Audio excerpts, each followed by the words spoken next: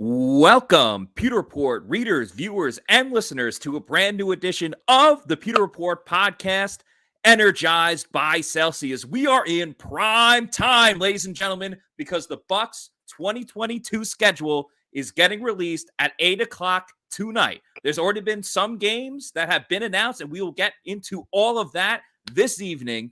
But first, I'm your host, Matt Matera, and joined with me is Josh Capo, one of our newest additions at PewterReport.com that has been absolutely crushing it in multiple areas on the salary cap, on his video breakdowns of the newest rookie classes. He just had one on Ndamukong Suh that came out recently, so make sure you check out all of his work at PewterReport.com. Josh, how are you doing on this Thursday evening, my friend? I'm doing great, Matt. Special day, special podcast, right? Schedule getting released. You know what Bucs fans are very excited to take a look and see what part of the schedule is going to look daunting. It looks like it may be the front half there from what we know already. And then what parts maybe we can take a little bit of a breather and hopefully bank some wins. Yeah, that's right. And I think last year, too, we kind of saw, you see it every year, but especially since Tom Brady has been here with the Bucs since 2020 and the 2021 season last year, too. It seems like the Bucs, it's been more of in the middle of the season and towards the end of the season when you really start to see those swings of like, all right, we got an easy schedule down the road. I think that was towards the end of last year. You know, they played Carolina twice. They played the Jets. Obviously, the Jets gave the Bucs a little bit of trouble and they almost lost that game. But hypothetically speaking, you're supposed to think like, okay, these are winnable games. Exactly. We're seeing early on, we'll get to it in a minute, but we're seeing early on that if some of these announcements are credible, some others are reports from credible sources, so we believe that's the case. But coming out of the gate, it looks like it's not going to be easy for the Tampa Bay Buccaneers. Not at all. And I don't know if you want to go ahead and give the fans kind of what we know at this point, or what we speculate, or I wouldn't say speculate, but what we believe to be true. But those first four games, it's a gauntlet. It's a gauntlet to start it off.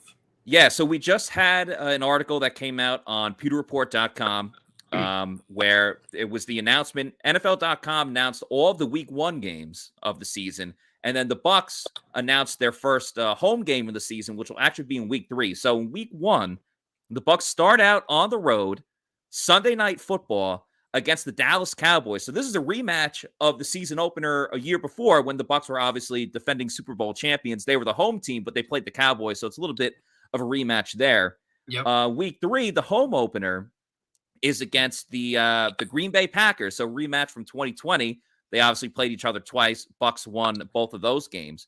Yep. We also have weeks 2 and 4, though. Nick Underhill, who covers the Saints, a very credible source, is great when it comes to leaking games for the Saints. He has the Saints hosting the Bucs in week 2. So the Bucs will start out on the road at Dallas and at New Orleans. And then also there's an announcement earlier today that the Bucs will be on primetime again, Sunday Night Football in week 4, hosting the Kansas City Chiefs at Raymond James Stadium. So we're talking week 1 at Dallas, week 2 at New Orleans, week 3 home opener versus the Packers at 4:25, presumably would be America's game of the week. And then week 4, home against the Chiefs, Sunday Night Football. So, Josh, that is almost a murderer's row of That's to start a season.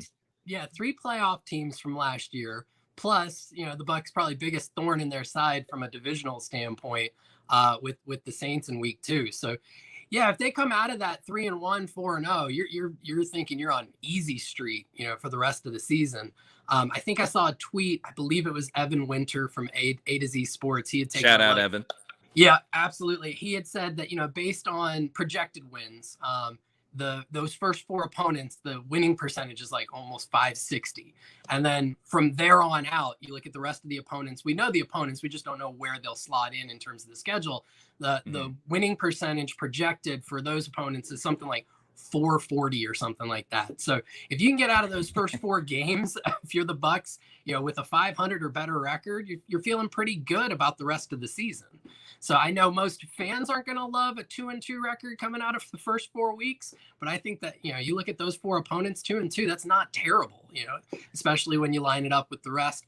The other interesting thing I think this shows is with those first 4 weeks is potentially, you're looking at a back half, of the season where you're again getting Atlanta twice, again getting Carolina twice.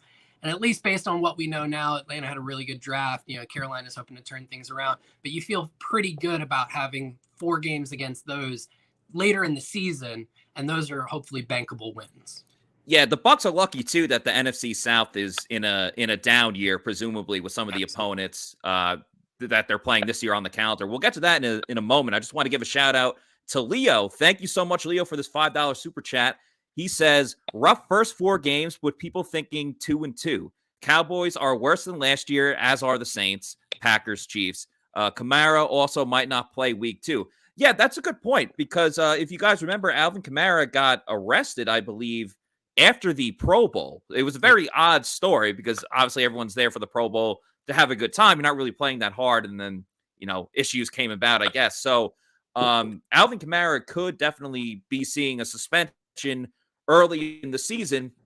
I'm not going to speculate how many games or stuff like that, but normally I think a minimum would be 2 games. Usually it's in that 3 or 4 game area. And I imagine he'll try to appeal or something like that. But the Bucs could avoid Alvin Kamara in week 2. Now, granted, for the most part, I think the Bucs have handled Kamara pretty well. But nonetheless, with Jameis Winston as your starting quarterback, that's another weapon that they're taking away from him. And obviously, the Saints got a little bit better through the draft with picking Chris Olave, but they still don't have all the number one weapons there. We'll see what's up with Michael Thomas.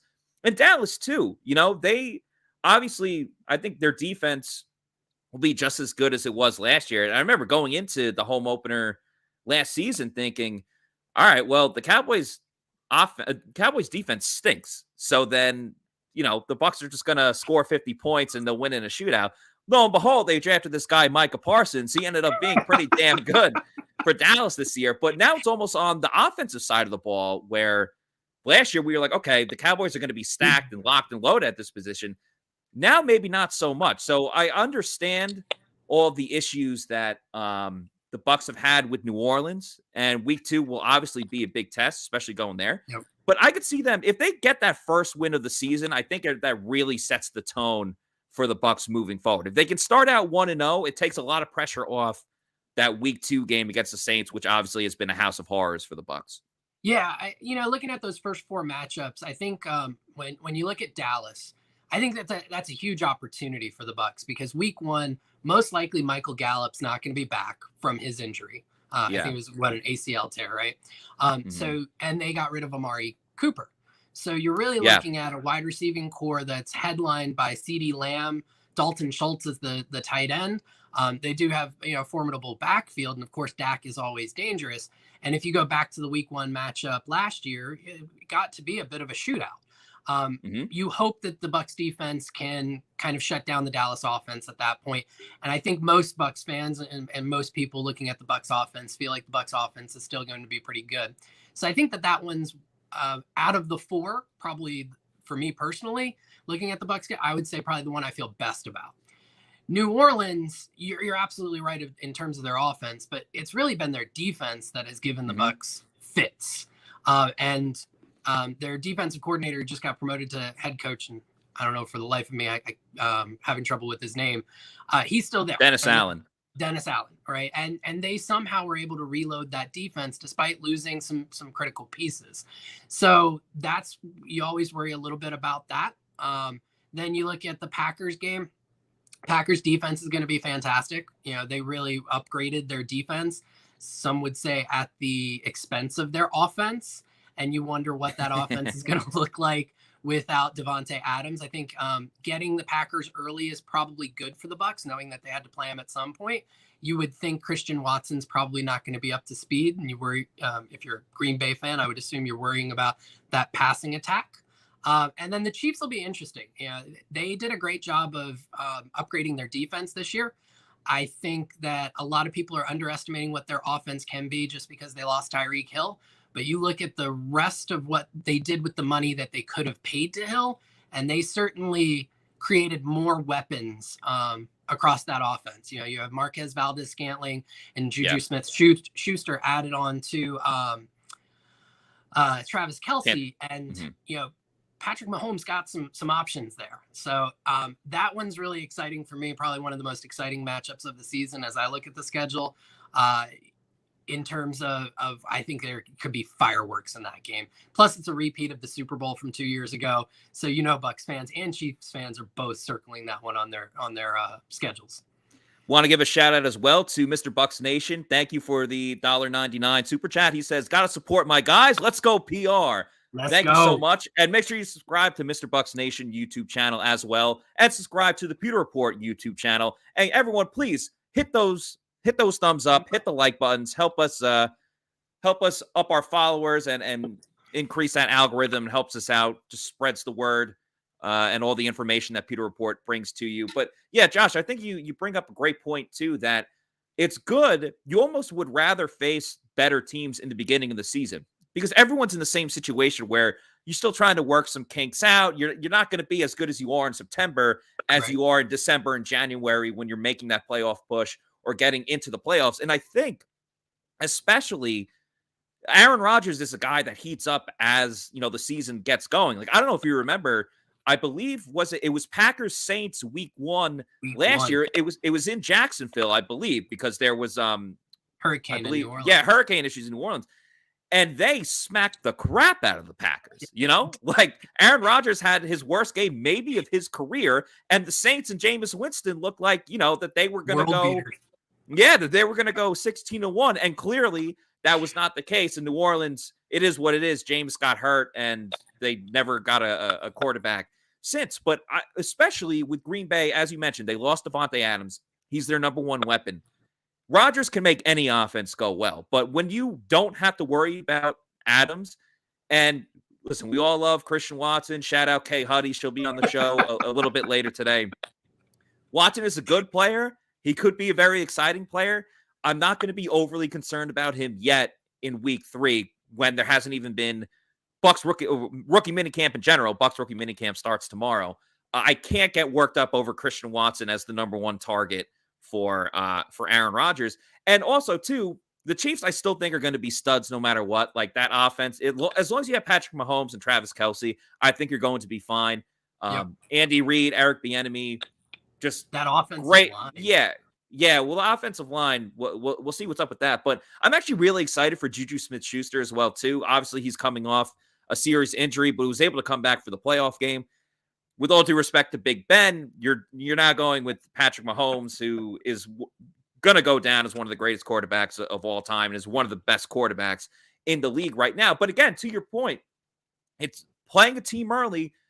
They might not have that chemistry yet, where the Bucs, you have everyone in place. Yeah, Tom Brady's going to have to work with Russell Gage a little bit, but he's still going to have Mike Evans and Chris Godwin. The defense, you're going to have everyone along the defensive line. Okay, you got Logan Hill at defensive tackle, but you're still going to have Shaq Barrett on the edge. You're still going to have Carlton Davis, Jamel Dean out there, Antoine Winfield Jr. Like, this is a team that, while still young, they have years of playing together. So I never worry as much about teams that have that camaraderie.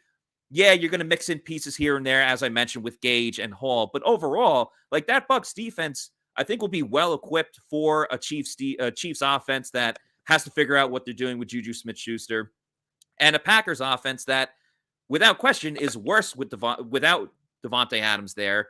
And you're banking on a rookie that got drafted in the second round to, be the next guy to really stand up. So it does look daunting, those first 4 games, but I think 2-2 is very, very possible. But I also think 3-1, the more I talk about it, I was a little concerned when I first saw it, but the more I talk about it, the better I feel, because at the end of the day, you got Tom Brady, so you got to be feeling pretty good. I think the biggest thing is there a path to success, and how many paths to success are there? And you look at each of these matchups, and there's multiple paths to success with each of these opponents.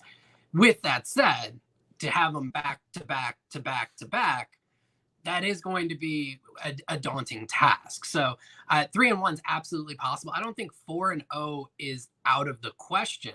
I think it's likely, probably not likely. But you would say 2-2 at minimum, and then you're looking at a bit of a softer schedule coming out of it, and you can say we really hit this tough stretch early, got it out of the way. I think you're feeling pretty good if you're the Bucs, if you come out 500 or better. Yeah, if you're 500 or better, you're going to be feeling good. You're going to be feeling pretty damn energized too, this is a good reminder for everyone watching this show that the Pewter Report podcast is brought to you by Celsius Energy. As you see the cans right here, I'm currently rocking a tropical peach vibe, or actually just a peach vibe. It kind of matches the shirt that I'm wearing, which I'll show you guys again once we get back to the regular video here. But as you see on the screen, Celsius has so many different flavors, whether it's the sparkling kiwi guava, the tropical vibe, the original orange. They got cola. They got the Arctic vibe too. I haven't had the Arctic vibe, but I'm very excited to try that out. The beauty of Celsius Energy is not just that it tastes like they market it. All right. The orange tastes like orange. The peach tastes like peach. It's none of this. Okay. You're getting marketed to this and it tastes like something completely different. It is spot on. I would put Celsius energy drinks up there in terms of flavor and taste, up there above any other energy drink. It's just that good. But you also get the benefits as well, too. You get the energy that you need if you're going to go work out, or you got a long day of work ahead of you. Maybe you got to crush a 3-hour drive like Josh Q did today, and I did recently as well, too. Celsius Energy gets you through that, and you don't have the downside of it, all right? You don't have the jitters that come with it later on. You don't have the crash. So you're getting great taste and also the energy that you need to go throughout your day. We got some other drinks here as well, too. The Arctic Vibe, as I just mentioned, the Tropical Vibe, the Peach Vibe, which I'm rocking right now.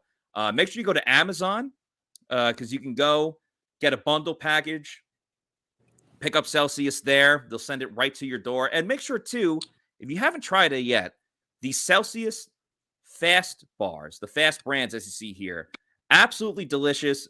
Tastes just as good as the liquid drink does, and it doesn't crumble in your hand, you know? A lot of other granola bars, power bars, whatever you call it, as soon as you open up the wrapper, it's breaking all over the place. It's like it's impossible to eat.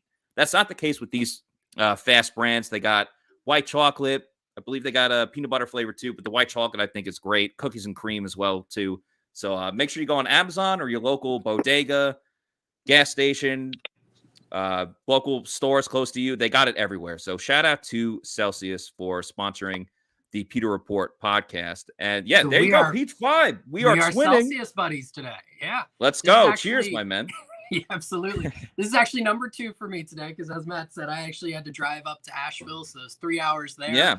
3 hours back. And so definitely needed the second one to make sure I hit the podcast. What was really cool is my wife and I, we found recently they've got Celsius pouches where you can just make like an entire batch of them. So we've got that in the fridge as well, in addition to some of the cans that we pick up so I can get them on the go. Speaking of additions, we're about to bring on another Pewter reporter to join us right now. It is JC Allen getting ready to join the show here. Hey. There he is.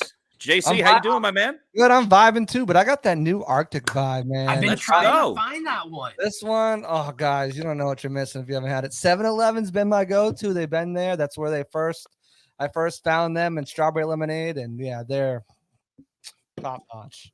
Sweet. All right, JC, I want to get your thoughts about the opening schedule or the first 4 games of the season to begin with for the Bucs. But first, I just want to give everyone listening just a rundown of the opponents that the Bucs have this season. Obviously, they play their division rivals in the NFC South, the Saints, Falcons, and Panthers. They play them twice a season, so they'll have a home and a road game. The home schedule for the Bucs this year, you heard us mention the Packers and the Chiefs. They also played the Ravens, the Bengals, the Rams, and then it's technically a home game. They play the Seahawks, but that game is the international game in Germany this year. Very cool. First ever game in Germany in the NFL. That game is week 10, if I'm not mistaken. And then the road schedule for the Bucs is the Cardinals, Cowboys, as we just mentioned, the Cleveland Browns, Pittsburgh Steelers, and the San Francisco 49ers. So a bit of a tough schedule just in terms of opponents, but that's what you get when you win your division and you're one of the best teams in the league. You play better opponents. So, JC, the floor is now yours. Give us your thoughts on the first 4 games of the season and really anything else you want to talk about. Yeah, so I mean, those are some daunting games. It looks like the Bengals game is going to be a Week 15 game at 4:25 if everything, comes through. Is from a pretty credible source, so I would mark that down. So not a primetime game against the Bengals, but it'll probably be America's game that late in the season with a 4:25 start. As we mentioned, the Saints are going to open up Week 2, but they're also playing at Tampa Bay. It's appearing at Week 12 on Monday Night Football. So you get that primetime Saints game. And then the one I tweeted about earlier that has yet to be like officially confirmed, but has been like pseudo confirmed, is you're getting a Christmas night game in Arizona. Tampa Bay will fly out there, play there. Maddie, that's all you. I've got kids. I can't make that trip. So you're going to have a great time in Arizona with your girlfriend. So I have been working on the I'm like, what about Christmas in Arizona? My uncle lives out there, got a place. But anyways, the first 4 games, yeah. I mean, you know why they put the Dallas Cowboys and the Bucs on Sunday Night Football, primetime game. I mentioned in the group chat, I tweeted it out. Last year it was a season opener, and I get it, season opener much bigger, but 26 million people tune in to watch that game. You've got Tom Brady's final season. You've got the Dallas Cowboys, America's team. People are going to tune in for that game. So, I mean, I get it, right? You get it out there. Get those numbers, get those ratings week 1, add that giant boost so you can say we've had the largest week 1 opening in NFL history, and just keep those inflated numbers coming. But it's going to be a tough game. They're on the road. They're flying to Dallas, Texas. And as you guys mentioned, they've lost a few pieces on the offense. Zeke isn't Zeke anymore. Pollard's probably a better running back. They lost Amari Cooper. You just take the probably out of there. What? You can just take the probably out. Yeah, I'll take it right out. Pollard right now has been a better running back than Zeke. They lost Cooper. They got Dalton Schultz, who hasn't done anything with it. But the defense has made some solid additions to it as well. Micah Parsons, Pro Bowler. I think he was a second-team All-Pro as well. So, came out swinging as a rookie. So that's going to be a tough matchup. And then they're back on the road again in the Superdome, which we know is their kryptonite. It's so loud. 7 regular season straight losses to the Saints. The Bucs have to want. Now they got the one that counts, so that's all that matters. But the Bucs have to want to end that streak, and we know Bucs fans want to end that streak. Yep. And then you're back home. You finally get your home opener, and you're like, all right, we've had 2 tough games on the road. Let's get the Panthers in here. Let's get Atlanta. And the schedule makers say, nope. We're not taking any injury chances, and we're getting Rodgers versus Brady early in the season. They've got plenty of other prime candidates that are less of a bigger storyline, kind of like the Pats game last year. It was so early because you wanted Brady versus Belichick. You didn't want Gabbert. Well, Scott wanted Gabbert, but we didn't want Gabbert versus Belichick. So, you look at that section right there, they want Mahomes, they want Rodgers in early just in case injuries happen. Those are marquee matchups. Those are marquee games. The Packers get a 4:25 start again, probably America's game, so it'll be on nationally everywhere. And then you'll get the Sunday Night Football game for the Chiefs. Make sure everyone can watch that. And those are the biggest matchups. I mean, yeah, the Rams are a big matchup, right? You want that payback, you want that revenge. But what else are the storylines there? Matt Stafford versus Tom Brady aren't like, oh, we got to have this matchup just in case something happens. It's not like that. And then the Bengals, great story. Bucs probably should have played them in the Super Bowl if not for an all-out blitz. Because they probably would have truncated the 49ers the next week. And that's an intriguing matchup. And then obviously you got the Saints again, and you've got the Ravens, and you've got some other teams. But you want to get those games out of the way. You want the ratings boost week 1. The Saints game, it's always a good matchup. There's good storylines there too. And then you want to get those marquee quarterback matchups out the way. And that's exactly what the schedule makers did with the schedule. Yeah, I want to stick with the Saints for one more minute before we, talk about the rest of the schedule and how things will look moving forward. But when you look at last year, for that first game, I'm like, all right, Drew Brees is gone. The Bucs are riding high off of the Super Bowl and the fact that they beat New Orleans in New Orleans. Yep. I'm picking the Bucs to beat the Saints. And obviously they didn't. We all know what happened. Jameis got hurt. Trevor Siemian came in. Then later in the season, I was like, okay, there's no way the Bucs are losing a 4th straight time in the regular season to the Saints at home with Taysom Hill. And then they didn't just lose. They lost in the most unflattering way of all time by not even scoring a touchdown. So I ask you guys, Josh, I'll ask you first, Josh Q, since you're both Joshes. Am I crazy for thinking, and I'm not going to make my prediction yet because there's still a long way to go, but am I crazy for thinking like, okay, I'm considering picking New Orleans over the Bucs in week 2? Is that an absurd statement to make? I think for anybody who's superstitious, they're asking you to. Why is that? Well, because you kept betting on the Bucs and they kept losing. So anybody who's superstitious, they see this trend of you betting on the Bucs and the Bucs keep losing. They want you to bet on the Saints to try and get them off. Well, I meant I was just picking them to win. You know, when we write our Pewter Report, game day predictions and stuff. Yep. I bet on everything. So yeah, I probably did bet on that too. But nonetheless. But going to your predictions, I think anybody who's superstitious would want you to predict a Bucs loss. What if you're just a little stitious? What if you're just a little stitious, not like superstitious? Yeah, just a little bit. I guess you would want Matt to predict a tie at that point. Yo, the odds on betting on a tie. All right, you guys ready? Astronomical. We're here. We've got it. Yeah. Are you ready? Let's do this. Lay it on, man. Week 1. We already know it's going to be the Dallas Cowboys. Let's start in the preseason. Saturday game. We're going to go with Miami Dolphins at home, and then we're going to travel to Tennessee Titans and the Colts for our 2 other preseason games. So we get to see deep ball Tua. Yes, we do.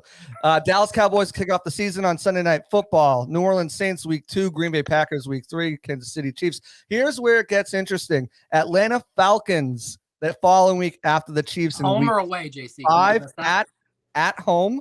Okay. Then they travel to Pittsburgh and Carolina the next 2 games.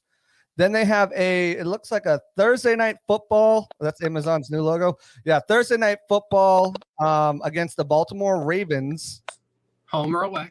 That is going to be at home because it's a home game. And then that's followed by the Los Angeles Rams on 4:25 start on CBS because Fox no longer has control of both of those games. Seattle Seahawks international game is going to be the following week with a week 11 bye. Okay. Then they travel to the Cleveland Browns the following week. New Orleans Saints Monday Night Football. San Francisco 49ers after the Saints. They'll travel there for a 4:25 start. Then they have the Bengals week 15 at home, 4:25 start. Arizona Cardinals on Christmas night. Jeez. And then they wrap it up with Carolina Panthers at home at 1:00 and the Atlanta Falcons in Atlanta with a to be determined start date. So in total, they have games to end up. They have at least six 1:00 starts, which is something they didn't have last year. It was a lot of 4:25 starts. And then they have the 5 primetime games as well as the Seattle Seahawks game too, which is not considered a primetime matchup. So, wow. Okay. My initial thoughts, just looking at the schedule and hearing you, JC, talk about it. And we already talked about the first 4 games, so I don't really need to comment on that. But the Bucs really need to take advantage of weeks 5 through 7 when they play Atlanta, Pittsburgh, and Carolina. They have to go 3-0 because that's the only string along the schedule where it's like, okay, we can. Bruce Arians, I know he's not the coach; he's the consultant now. But Bruce Arians always talks about stacking wins. And I'm not saying it's going to be impossible to stack those wins, but those are like absolutely, without question, no doubt about it. You have to win all 3 of those games because, I mean, Ravens, Rams, I'm not going to say it's a toss-up, but those games could really go either way. Obviously, the Seattle game in Germany, they should beat the Seahawks. But, I mean, even after that, like the Browns, we don't know what's up with Deshaun Watson. They're going to be really tough if Watson plays. We all know what's going on with the Saints. 49ers and Bengals. Now, I kind of think the Bengals might have a little bit of that Super Bowl hangover that we see from teams, especially the teams that lost. But that late in the season, week 15, the Bengals can kind of get situated, get their stuff together. So there's really no point of the schedule except for weeks 5 through 7 where the Bucs can get a break with an inferior opponent. They had that last year where they could just beat up on the Bears and the Dolphins. This year, not so much. Yeah, 5 through 7 looks like a big stretch, and then to finish out the year, which is kind of where you want those easier divisional opponents, where you have Atlanta and Carolina in games 16 and 17. I think those are your 2 stretches. But other than that, yeah, every week's going to be a bit of a nail biter. Yeah, it's definitely. I mean, you're going besides those 3 weeks, you're going back and forth, and even you can make a case that from week 8 on, all of those teams until you get to the Carolina Panthers are playoff caliber teams. I mean, you're playing Ravens, who just missed last year. Well, besides the Seahawks, that doesn't count. You got the Ravens, you got the Rams, and then you get that little mini bye. You get the Seahawks. Hopefully, that's an easy win and a bye week. And then you're back at Cleveland with Deshaun Watson. They just missed the playoffs last year. Probably could have with better quarterback play. We don't know what the Saints could be. They have a really stout defense. We know that. Chris Olave working in there, Alvin Kamara or not, they could still be a really dangerous team. Then you have the 49ers, who, call them what you want, they made the NFC Championship last game. Then you have the Bengals, which made the Super Bowl. Then you have the Cardinals, which Hopkins will be back by then. So you'll have him back in the lineup. And then you finish it out, like you said, with the Panthers and the Falcons. Unfortunately, your final game is away, but unfortunately, it's just right up the road in Atlanta. But, I mean, yeah, that's one thing I don't see a lot of until later in the schedule, though, is you fly to San Francisco, you're back for Cincy. You fly to Arizona, you're back for Carolina. So you've got 2 pretty much cross-country trips towards the end of the schedule after your bye week, which, players hate it, can cause fatigue a little bit. You're already beat up and bruised from playing, the Saints the week prior. So, I mean, that could be an interesting schedule issue as well. Those 2 almost nearly cross-country trips. One of them's just about. Yeah, the other thing I would ask, JC, if you can just back it up, who do the Bucs have right before Thursday night football? Because obviously that's going to be at Carolina, and then going into Thursday night football against the Ravens. The Ravens. Yeah, so that's going to be a bit of a tough. I mean, it's nice to, I guess theoretically, it's nice to have Carolina setting that up, but Thursday night against the Ravens, that's going to be a tough matchup.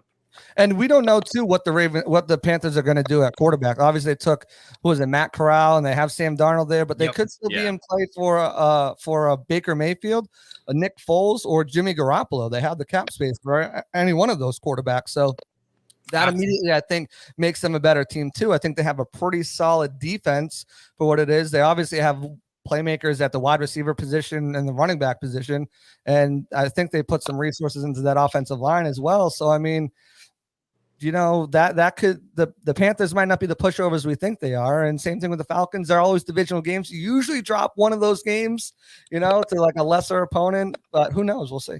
Yep. Bruins are up 1-0. And then just speaking of kind of wondering about what the quarterback looks like, I think that San Francisco matchup will be really interesting too, because all signs point towards Trey Lance being their starter. It's going to be his first year starting, and you don't really know what you have in Trey Lance. He didn't play much in college in terms of total games played. And there have been lots of reports that maybe San Francisco isn't thrilled with his development and whether he's going to be ready. They still have Jimmy Garoppolo on the roster. So I think that that's an intriguing one. By the time we get to the matchup, obviously, they'll kind of settled in there. But I think that really plays a wild card kind of positioning for that matchup against them. Josh, I want to get your thoughts on what the Bucs 2022 record will be, because then we're going to have you off. I'm going to bring on K. Huddy. But first, you're going to peace out? All right, Josh, then we will stay on. Okay, we will stay on. Josh, you will stay on. I will stay on. Are you heading out right now, or you want to give your prediction? Give your prediction. I'll pop back on. I just got to finish writing this up real quick. Gotcha. All right, cool. Well, JC, if you want to pop off, Bucs fans, that first game of the season, as I change the banner here, one moment. That first game of the season, Bucs fans, I think the perfect place to go to. Remember, it's Sunday Night Football, so you're going to be able to watch football all day, lead it up into the Sunday night game where the Bucs are going to smack the Cowboys in their home stadium. I think the perfect place to go and watch the Bucs beat up on the Dallas Cowboys would be Beef O'Brady's. Yes. Wings and beer. Beer and wings. Nobody combines them like Beef O'Brady's. Start with their award-winning wings, traditional or boneless, in whatever sauce or dry rub you crave. Next, pick the cold brew that's perfect for you. Beef's has all your faves on tap. It doesn't get any better than that, unless you count all the flat-screen TVs playing game after game. Beef O'Brady's, where game time meets beer and wing time all the time. Drink responsibly. Bucs fans, if you don't know by now, Beef O'Brady's, not only do they have great wings, great burgers, great nachos, but they have an even better beer selection. And the best part of it all is they got TVs all over the place. As I said, that first game of the season, the Bucs are on Sunday Night Football. You can go there, watch all the games you gambled on, watch all the games where you have fantasy football players going. And even better than that, there are over 45 locations in the Tampa Bay area. So there's going to be a place near you. It's perfect to go, whether it's football season or right now where you got playoff hockey, where the Bolts are playing right now. You got playoff basketball, got some good series going on. It's really great any time of the year. You just have the Kentucky Derby. You have the Preakness coming up, and then the Belmont Stakes later on. All the different sports events. Make sure you go to Beef O'Brady's. Go to beefobradys.com to check out their menu. As I mentioned, the wings, the burgers, the nachos, everything else in between. They got some other great, tasty items on there as well. Beef O'Brady's, good food, the good sports, and they are another awesome sponsor of the Pewter Report podcast. I really want some food right now, too. I should have ate before the show. You and me both, brother. Yeah. I mean, you had the long drive, so I feel even worse for you. And, as we're talking about the Bucs schedule and, what's to come with that, we are going to bring on the ever popular GOAT of graphics. It is Casey Hudson in the building. Casey, how are you doing? What's up, friends? Hey. I always feel like I say that because it goes so long without me. I talk to you guys every day a little bit, but whenever it's the podcast, I'm like, it's been forever. What's up, friends? So I'm good. I'm okay. We're in the middle of game 6. The stress is high. My nerves are quite shot, but other than that, life's good. What's Do you the have score? an update for us? Yeah, I haven't checked. We're still 0-0 with less than 3 minutes in the first period. So I'm okay, cool. So we got you at a good time because it's going to be intermission soon for the Lightning game, and I know there's a lot going. What's up? Yeah, you can see the game in the background. The game for us. Exactly, it's perfect. So you got a lot going on. The Lightning game, they're trying to win at home, force a game 7. The Bucs obviously got their schedule revealed now too. Heck yeah. Casey, just your initial thoughts on either. You can go in any direction. You could talk about the first 4 games, which we talked about earlier. You can give your overview of the entire schedule, what you like about it, what you don't like about it. Just tell us what you think. So many thoughts, actually. So, first of all, I kind of dig the fact that preseason-wise, okay, Miami, whatever. But then you get into this Tennessee Titans and the Colts situation, and I like that because I think the Colts are going to be sneaky good this year. I think they'll present enough of a challenge to where the Bucs will kind of find their stride on where they need to grow and improve the fastest. And I also think that the Titans would be the kind of team to show them as well, like, hey, we kind of need to pick it up and clean this up before season starts.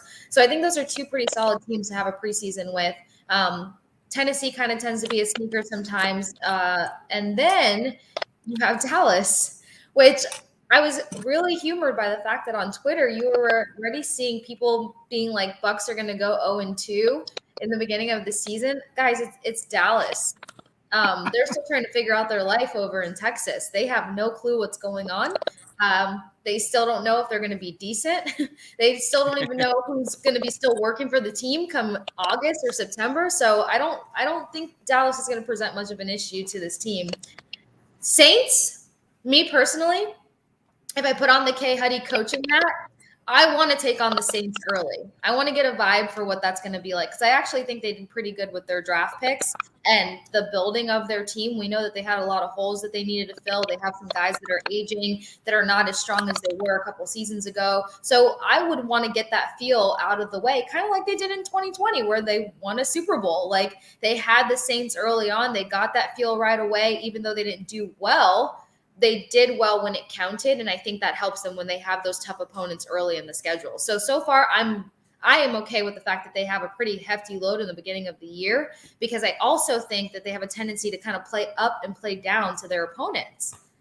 It's my theory. People are going to hate it, but no, that's a great point because it did seem like at times the Bucs, they kept some teams around when they really shouldn't have, and this is the best example because the Bills are a good team. But remember, they were dominating the Bills. And then all of a sudden they let Buffalo back into the game. I think that was more of the issue of letting their foot off of the pedal a little bit versus actually keeping bad teams around. Like, I think of even the Dolphins game too. It ended up being a blowout, but that first quarter, like, the Bucs scored, and then Miami drove down the field and scored. And then the Bucs scored again, and then the Dolphins did the same exact thing. So they really, eventually, they got the knockout punch that they wanted, but it wasn't necessarily the way that they want to go about it. All right, Kay Huddy, the thing we got to ask you, though, is that game against the Packers when your favorite player, Christian Watson, comes to Tampa. I mean, it's not only a homecoming for him, it's a debut in Tampa, and it's the 2022 debut for the Bucs. It's their first home game of the season. Now, I feel kind of like we were talking about where Dallas isn't as good as everyone thinks that they're going to be, and they kind of choke on the big stage as well, too, going back to the playoff game. The Packers, I'm kind of putting them in that same boat where not that they're always chokers on the big stage, but they always lose at home in the postseason. And I understand this is a regular season game, but, with Christian Watson coming there, and I know it's Brady against Rodgers, but it's not the same Rodgers that it was a year ago with Devontae Adams there. It's a less stellar Packers offense, and that's kind of what they prided themselves on for, I don't know, the past, 5 years, I would say. Yeah, I would definitely agree. And, of course, Matt, I thought we were friends. I thought we were, besties. We were birthday twins. We have all these great things going for us as a squad, and then you hit me with the Christian Watson reminder, and sorry. I'm just doing my job. Of course, I look at that immediately, and I was just like, dang, this is not what I really want to deal with right now. But I'm happy that it's going to be on Bucs home turf, regardless of all of the factors and adversity that played into last season. The Bucs performed quite well at home, besides, Saints and the voodoo that they happen to bring with them wherever they go. So, unfortunately, we will be humbling Christian Watson and the career that I predict that he will have in the NFL. He will not start that exciting career in Tampa Bay. I think that Tampa will do well to neutralize the Packers because I don't understand I still don't understand what their method was when it came to the draft. And Aaron Rodgers, unfortunately, chased off anybody who would want to stay and contribute well to that squad. Now, don't get me wrong. People have heard me say this, and it seems like I have this hate towards Aaron Rodgers. I don't. I appreciate the fact that he's an extremely blunt human being. But he just has a tendency to put a sour taste in people's mouths, and he's done very well at doing that. And I'm still highly concerned that he is going to be the end all to be all to Christian Watson. Maybe after his rookie contract's up, he'll head to Tampa Bay and make all things right. But I think that the Bucs will be able to handle the Packers. I think that they will do well with that because at the end of the day, they still are going to go into this season with a lot of their roster, a lot of the talent that they started out with, for one. For two, after mulling over those draft picks a little bit more, I feel like there's going to be guys that are going to contribute and be extremely helpful to this team. But they also still had probably the most significant contributors already on the squad. There's only a few free agent signings that we are waiting on. So I would be pretty hyped to see that Packers game, but I think the Bucs will be able to handle them. There's always that extra between Tom Brady and Aaron Rodgers, because you're talking about two extremely amazing quarterbacks, but in their own way. Because can you really compare Tom Brady and Aaron Rodgers and say that they have any similar style to their game other than the fact that they both just do really impressive things? Yeah, Casey, I think two things. I think from a marketing standpoint, if they don't market it as the match, then they've lost an opportunity. But that's so true, actually. Thank you, Todd. The other thing that I think it's all about framing. You always wanted to see Christian Watson playing in Tampa Bay during a Bucs win, and you're going to get that. So there you go. Thank you for the positive vibes. That's a good way to look at it and not be so sad that he's not here in a Bucs uniform. Exactly. So my coping mechanism, though, if you guys didn't catch it, my coping mechanism is that when his rookie contract is up, he's a free agent first. Home. That's how you I like it. I like it a lot. Matthew, all right, I'm sorry? I said Matthew, Stash, do you agree? Oh yeah, I mean, it's all about the marquee matchups. That's why ever since Tom Brady got here, the Bucs always have 4 to 5, primetime games a year. I don't know. I was changing my train of thought a little bit. I'm still very, optimistic about how the Bucs can do this year. But I also do feel like, and maybe it's just, again, like the teams that I normally root for, I just expect the worst. And I don't expect the worst with the Bucs, especially with Tom Brady. But when I look at the schedule, there's so many games where I'm just like, ooh, I don't know about this one. Like if the Ravens play up to their potential, they'll really give the Bucs an issue, and it's a Thursday night game, and anything can happen on a Thursday night game. We're like, ooh, well, if the 49ers figure it out with Trey Lance, then they're really going to be an issue, because their one problem was that they didn't really have a dynamic quarterback that could win you the big game in the postseason. I know they went to a Super Bowl with Jimmy G, but we all remember Jimmy G couldn't make that throw at the end of the game when the Chiefs came back. And then you look at, last year's playoffs too, and Jimmy G was an abomination, and, almost threw away a game against the Cowboys in that one before the Cowboys went and did Cowboys things. So I'm just curious, as the schedule goes on, we talk a lot about weeks 1 through 4, but as I mentioned before, 5 through 7 are extremely winnable games and games that the Bucs should win. But after that, are there any games that really, stick out to you as could be an issue for the Bucs, or a game that maybe concerns you more than you kind of wish that it didn't concern you? Just what do you think about that? Yeah, we all know that I've got big wishes when the season actually hits. Okay, so what? Packers is week 4, correct, or 3? Week 3. Week 3. Yes, week 3. The font is so small. Then you got Chiefs, Falcons, Steelers, Carolina. So as you said, about 5 through 7, nothing.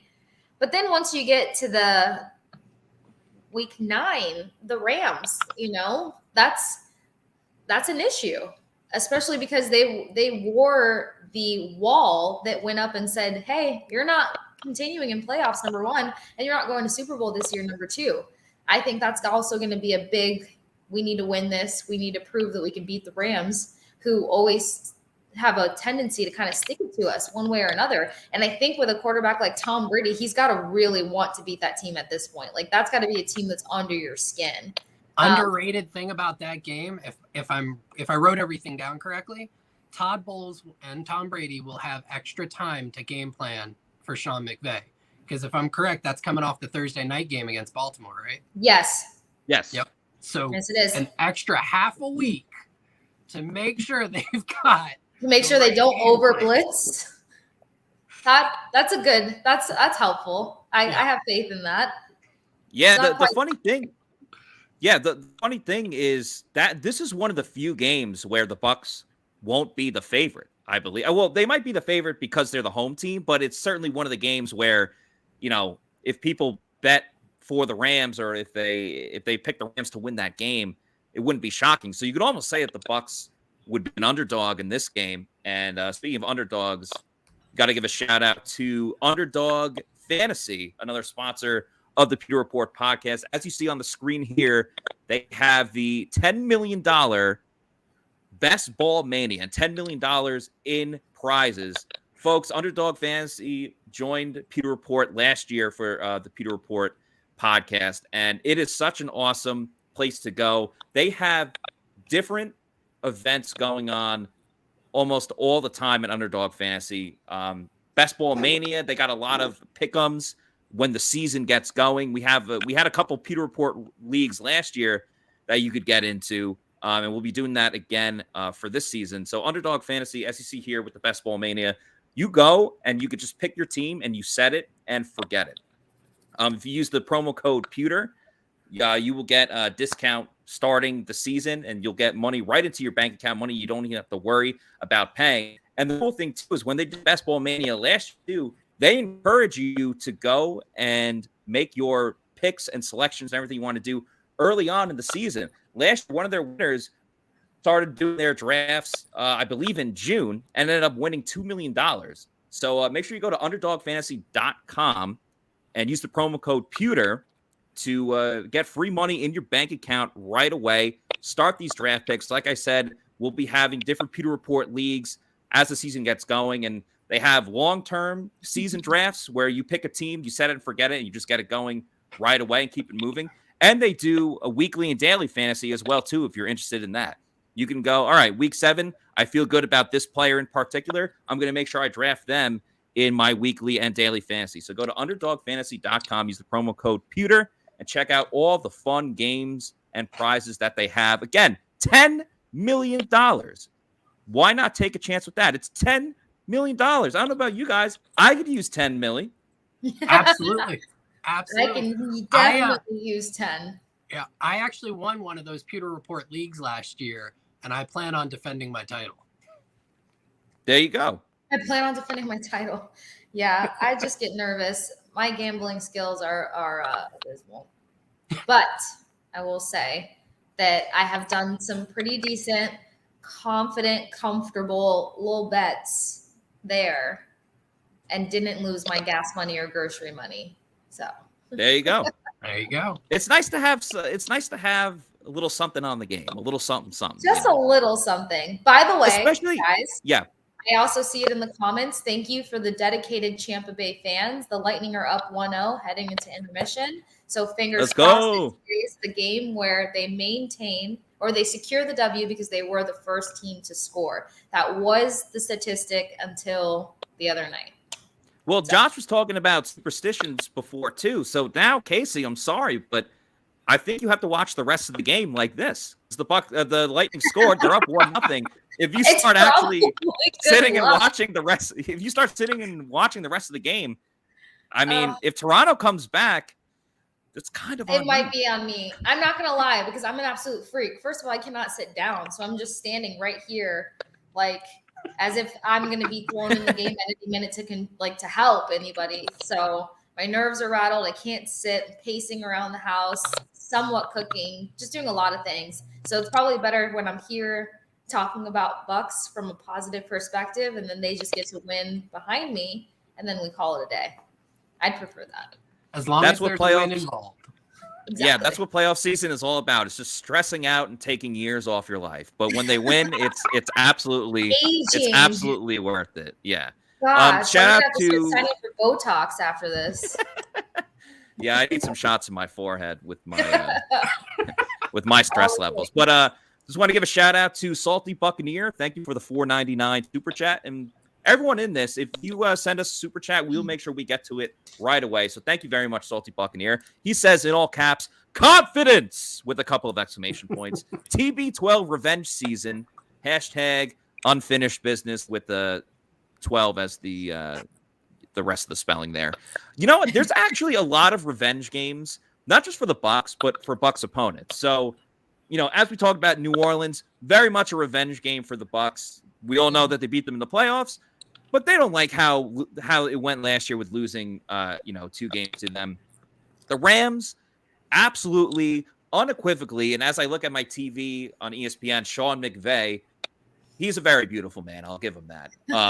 But he's on my TV screen right now. My girlfriend calls him Hot Coach. She's like, "Oh, Hot Coach, there he is." You know. But anyway, that's the same thing. Yeah, without question, the Rams are a revenge game. The Bucs have lost to them in the regular season the last 2 years.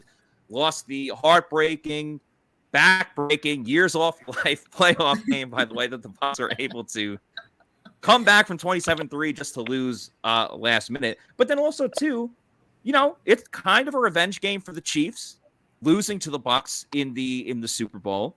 And it's got to be a revenge game for the Packers, too, losing to the Bucs in the NFC Championship game 2 years ago. So there's a lot of vengeance going on both sides, whether you're the Bucs or opponents playing the Bucs. So, Josh, out of all these revenge games, is there one of them that interests you the most out of all of them?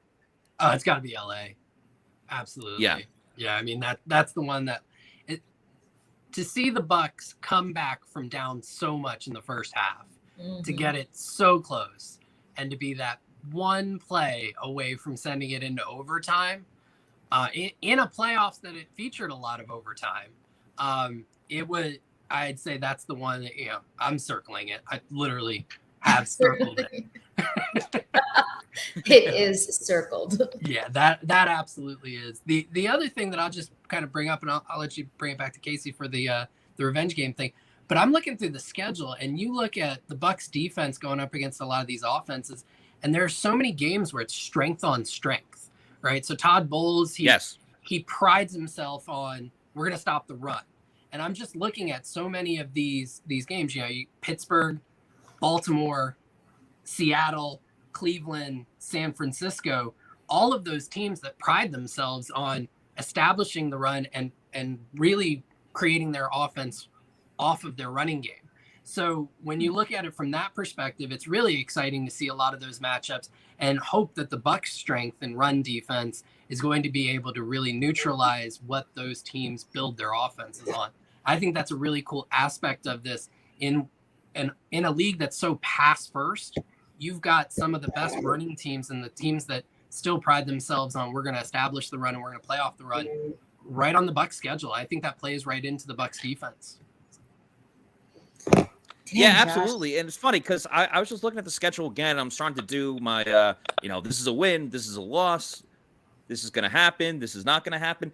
And I think, and you make a really good point, but I think a lot of this season really hinges on what type of Buccaneers defense are we going to get. If it's the 2020 version of the Bucs, and especially the playoff version of the Bucs, I see no reason why they can't end up with, a 13-4 type of record and play their best against the good teams. But if we get the Bucs that we saw last year with a lot of moving parts, but not getting to the quarterback as much as they wanted to, and I think a lot of that too is what we saw with the struggles of JPP and the injuries and Joe Tryon-Shoyinka in year 2, and the injuries to the cornerbacks and just the hands-off zone, getting beat underneath, but not letting up the deep ball, but letting – I mean, how many times last year did the Bucs make pedestrian quarterbacks look like Pro Bowl quarterbacks that earned the Pro Bowl nomination and weren't just like the 7th alternate because no one else wanted to play?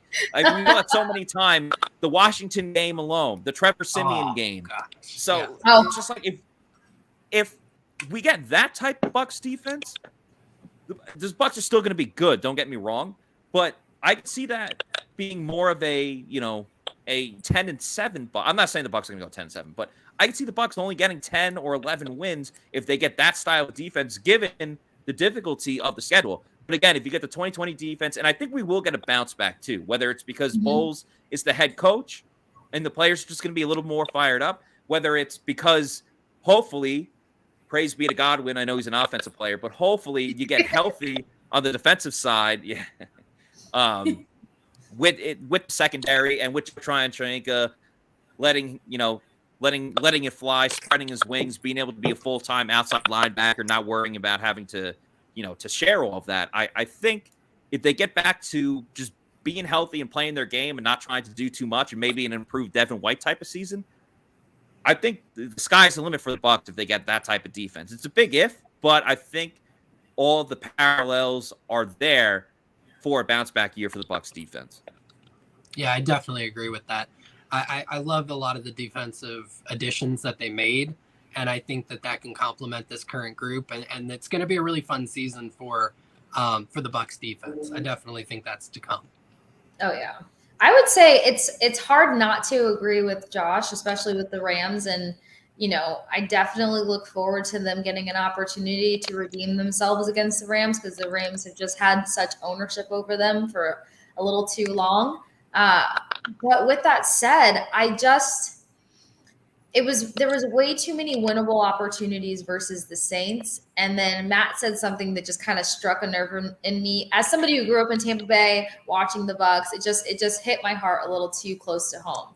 The fact that they allowed Trevor and even Jameis Winston, and I'm not lowballing Jameis Winston. He had his moments. The only issue with Winston is that he had an equal level of negatives going against his positives, but the potential is there.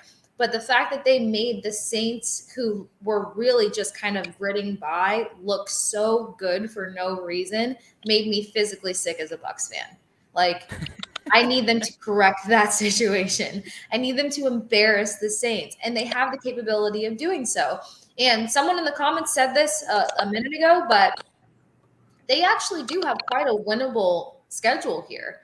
Not trying to be over enthusiastic, not leading with my heart over my head. It's very winnable. The problem is like we talked about a couple minutes ago, that they have a tendency to rise to or rise below to the occasion of the team that they're playing with. Number one, the talent is there. It's going to be the scheme. It's going to be, their game plan coming against these guys. And if it's been 2 hefty years of learning something, it's learning how to properly scheme against certain opponents and not shooting yourself in the foot. Like, stop playing against yourself and see what you're actually capable of. And I really want to see them bring it to the Saints this season, regardless of the draft picks, regardless of the health of any of the players returning, and regardless of the vets that they have on that team, because the Bucs really kind of have that much more. What does DJ Khaled say? He says, like, congratulations, you played yourself. I think that happened a lot. Yeah, I think that happened a lot with the Bucs last year. But what I was saying before about, look at this and this plays to its potential, then it really could be an issue. But also, too, if you look on the flip side, like, okay, these teams might be good, but they're not that good.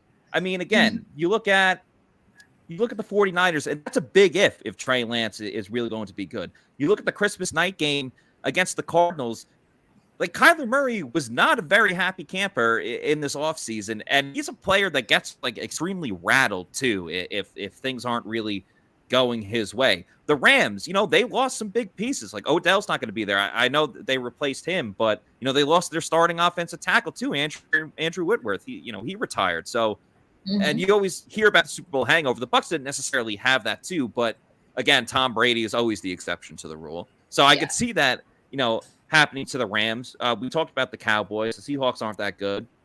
Bengals, too, they are one of those teams, like those stereotypical teams that just, they were the right place, right time. They just got on this great run, and it got them all the way to the Super Bowl. I just don't see that happening again for them. I love Joe Burrow. He's awesome. He's really cool. We'll get to him.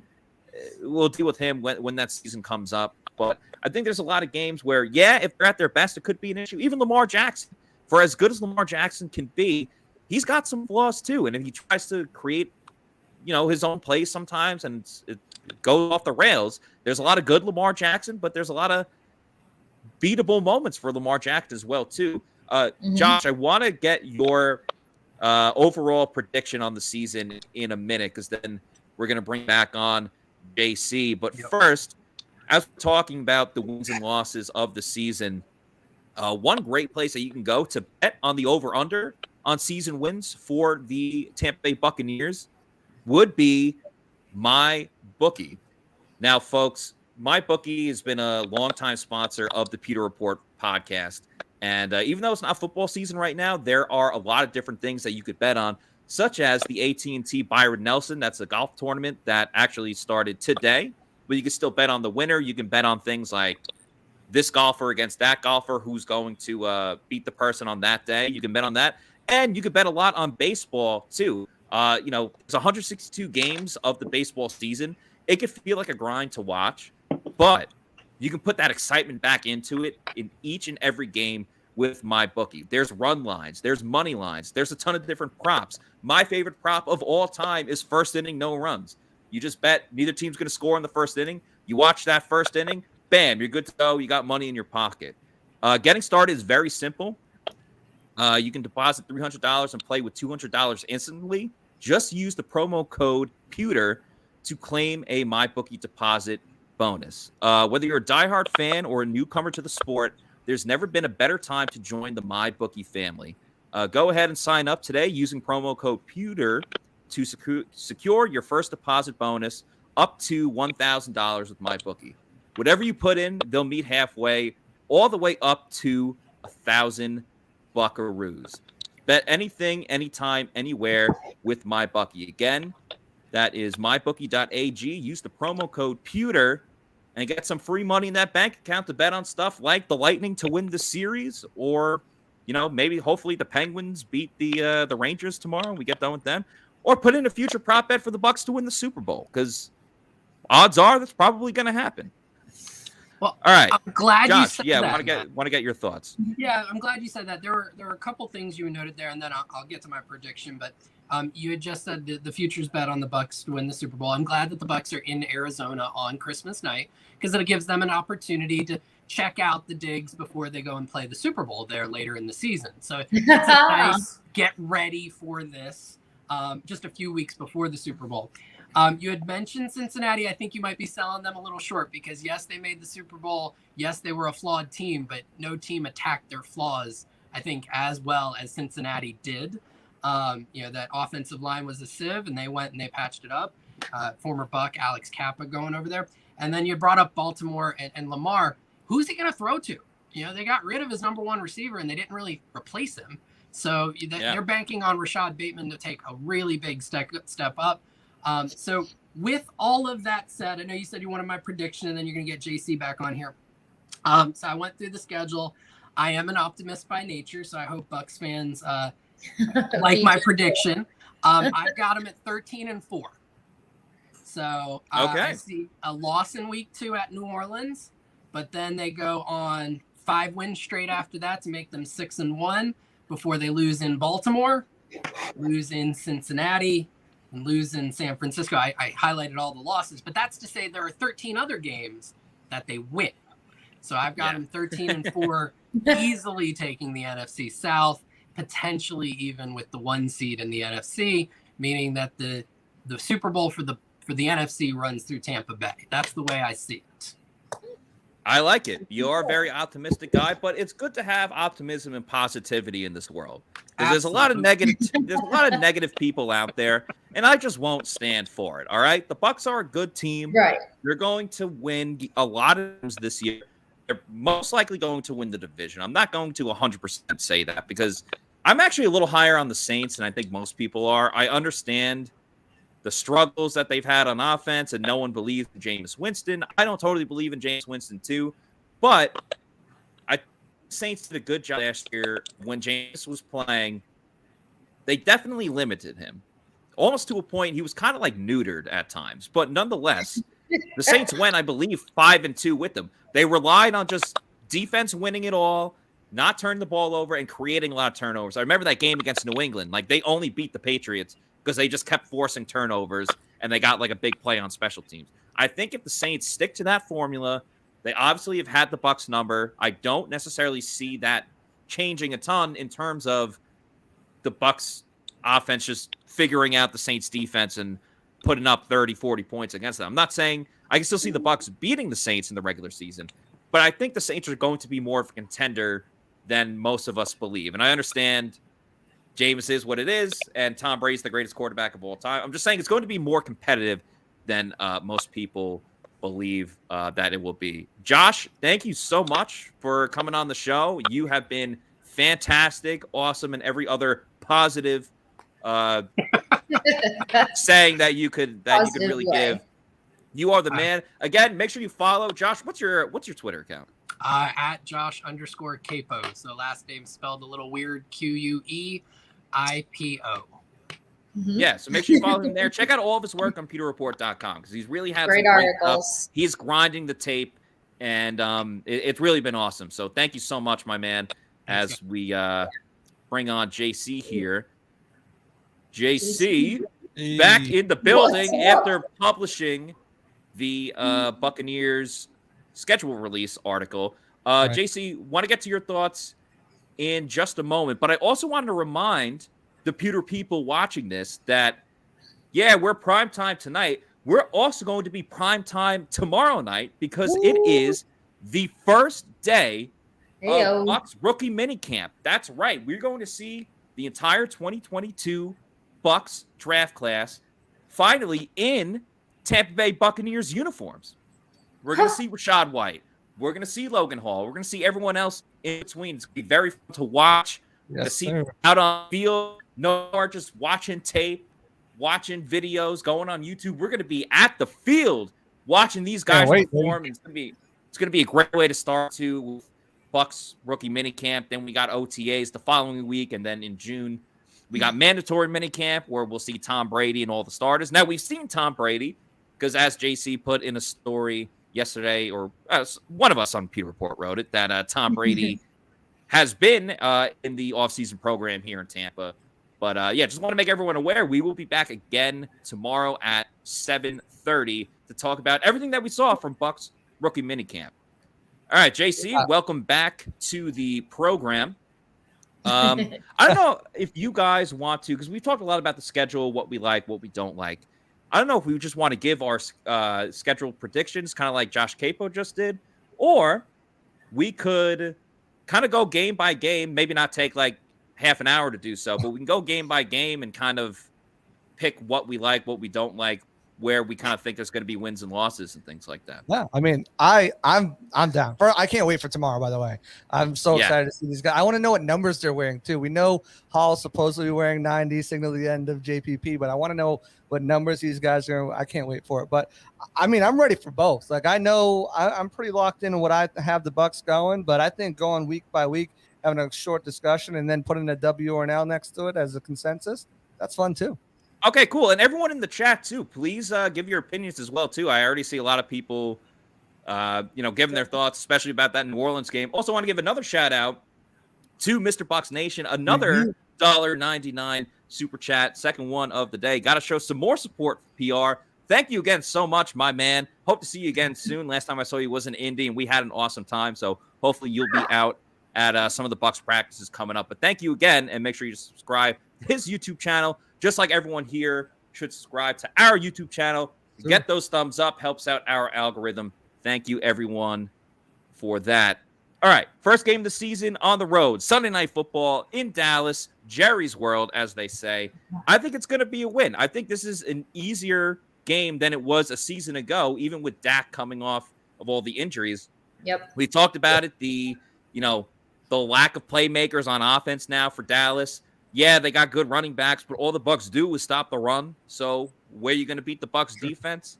I don't know. I'm picking the Bucs in this one. Yeah, I got the Bucs with you too. Ratings is going to be a bonanza, but the Bucs are going to win. I got the Bucs as well, but what they cannot do is sit there and let the Cowboys spread them out. Like, it wasn't the Cowboys' run game that destroyed them. It's the fact that it was those long balls down the field that just kept happening one after another after another after another. Again, just have the right game plan, please. And now they're not going to be at Raymond James Stadium. They're going to be in Texas, but I trust that the Bucs will pull it off. Yeah, and I think too, just overall, I mean, the Bucs used to struggle with the primetime games, but it hasn't been the case, lately. And I think winning the Super Bowl kind of proved that too. So I don't really have too many worries there. All right, week 2 at New Orleans.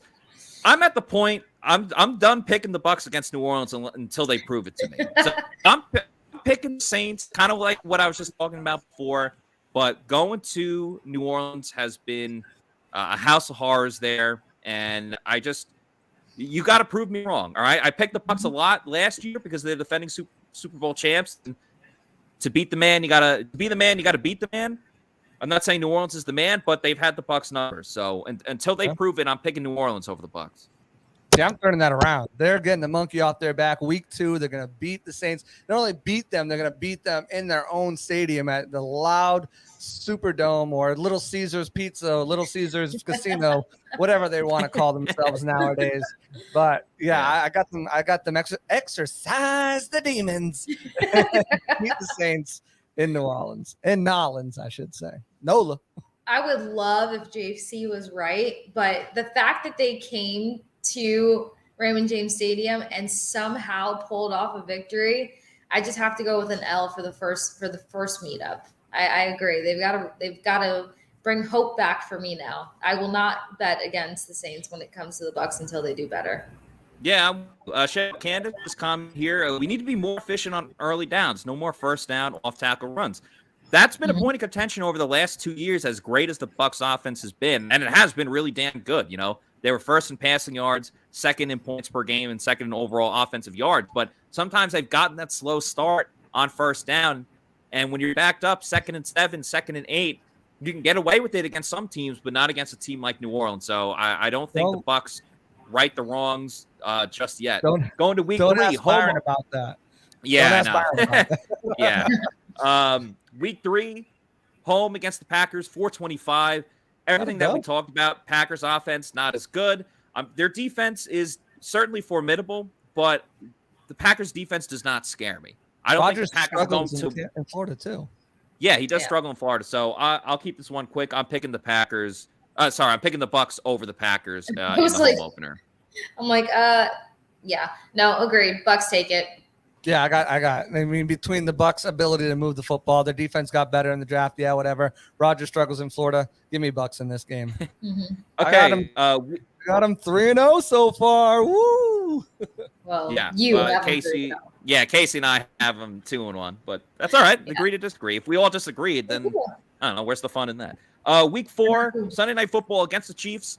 I think the Chiefs take this one. Again, Bucs defense still going to be trying to figure themselves out just a little bit. I understand Tyreek Hill not there. This is a revenge game for the Chiefs. Their offense is still one of the best in the leagues because you got Mahomes there. And I just think this is one where the Chiefs extract a little revenge from the Bucs and win in a primetime game. Yeah, I got Mahomes evening up the series against Brady 3-3. Bucs lose, drop this one. You know, probably a nail biter, come down to the last minute type play. And a little bit of a revenge, a little bit of a rematch. I think the Chiefs come out on top on this one. Yeah, I say solid game, but I think between the speed and Travis Kelce and Mahomes that the Chiefs do just enough to win it. Okay, weeks 5, 6, and 7, they play Atlanta, home against Atlanta, at the Steelers, and at Carolina. Does anyone have the Bucs losing any of those games? Nah, that's a stretch. I think they should win and will win. Yeah, agreed. Right. Okay. So we're just going to mark those down as all wins. Bucs beating up on inferior opponents.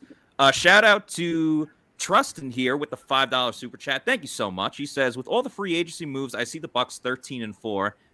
It was a scary opponent list earlier before crazy trades, but I see us as a number 1 seed. Thoughts? Well, I think the great thing is that the Bucs are going to control their own destiny as far as getting the number 1 seed, because who's going to be in contention for that? The Packers, the Rams, the 49ers too. The West is pretty good outside of Seattle. These are all teams that the Bucs face. So if you get those wins against them, you're going to have the tiebreakers, and obviously you got to win the other games on your schedule. Arizona as well too. But they control their own destiny. So I think that they have a great chance to get the number 1 seed, and they're going to be able to do it on their own terms by beating these opponents that we've been talking about. And yes, a lot of the trades that have gone on have really helped the Bucs. Like the Bucs, the trade they made was they got Shaq Mason in there and helped out the the offensive line after they lost Kappa and Ali Marpet. Upgraded. Other teams, yeah, and Brady, of course, and other teams like the Packers, they traded their best wide receivers. So I do agree that the trades this year has really benefited the Bucs, even with trades that they did make, because everyone else around them seems like they got a little bit worse. Yeah, I agree. I mean, you look at the teams that you just mentioned. Is Trey Lance starting? I mean, that's another. The Rams obviously lost some key players. I mean, everyone lost key players while the Bucs replaced key players, with good players and upgrades. And at some, I mean, obviously Ali Marpet, that loss is an upgrade, but everywhere else, you could say the Bucs upgraded from what they did, at least character-wise, at wide receiver 3. Yeah. Character for the home stretch. It's going to count. So I'll take it. Yeah. Okay. Absolutely. Next game. I don't know if we'll all agree on this one, but Thursday Night Football against the Ravens. I have the Bucs winning. I think this is where, they really start rounding into form, especially defense. I've talked a lot about the defense tonight, and I know the Ravens are tough, but I think if they can figure out Lamar Jackson and they don't let him scramble and get all over the place, I think this is where having a young Joe Tryon-Shoyinka in his second year with his speed and size, I think he's going to be able to get Lamar Jackson and cause some issues for him. So on a short week, when everything gets crazy, with the Bucs being home as well too, I see them winning on Thursday night. Totally agree with that, especially because they're going to come off of a pretty big high/victory from beating up on the Panthers. So a mini bye. Yeah. Oh yeah. It would be a tougher sell if they had a bigger opponent to present a challenge. But between what Carolina has to offer on the short week and then Baltimore hosting them at home, I think it's going to be a better sell and them securing that W. Yeah, I got the Ravens losing in this one as well. I just think there's too many question marks on offense. I know they've got a stable of running backs and a running back as a quarterback. I mean, a quarterback that can run the ball. But there's still like too many question marks. I just don't know about that offense, and that defense has some aging stars. So I got that as a dub too. Yeah. Next one, the big one against the LA Rams. The Bucs will have some extra time to prepare for them because they have that Thursday night game. Do they get the revenge against the Rams that they've been looking for 2 seasons now? Casey, I'll start with you. do the Bucs win this game? Okay, so the optimist in me wants to say yes, not because like frou-frou, let's be so like unrealistic here. It's honestly because when you really do look at the tough games last season, it really did come at a time where the Bucs were almost at their biggest depletion. There were so many significant injuries at just the most inopportune times this past season. So already making excuses for injuries. Here we go. But it's the truth. That's why I'm struggling to get it out because I'm like, somebody's gonna tear into Just say they're taking an L. Just say it. No. Is there a win then? I'm gonna. Well, no, actually, I have them losing. But I think if they're healthy and they're being sharp and they're not over blitzing and doing all the other stupidity that they did, I think they have a chance. They have a lot of great chances here. But let's think about it. The comeback that they had in playoffs, their roster was so depleted. And you had guys that were forcing themselves to play through injuries that you could tell were holding them back. If you have a healthy roster versus the Rams and a talented roster in the Bucs can win. I'm just tired of being the only cheerleader on that side. So I got to put an L down for that. Hey, I'm right there with you. I got them taking. Struggling to say it, but I'm not. I think the Bucs are a more talented roster from top to bottom. Yeah, you look at some of the positions. Maybe Jalen Ramsey's better than this. Person Cup's better than this. But I think the Bucs have a more talented roster.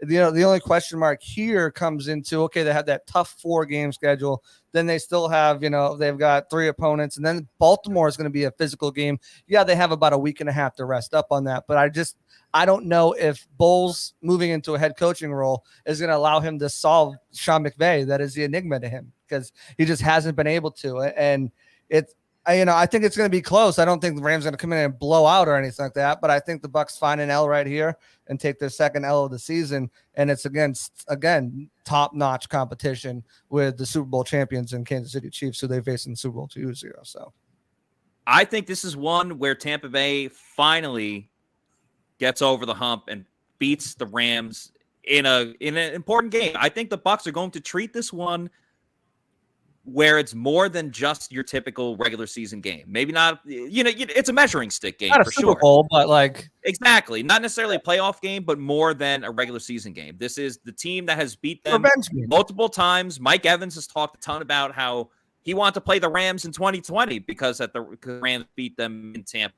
Got that chance last year. And I think the way that the Bucs came back with making splash plays with so many people injured, like I know Levante David played, but he clearly was not 100%. Chris Godwin obviously did not play in that game. I think this is finally the time where the Bucs turn that corner against the Rams because they've beaten a lot of good teams and get that win.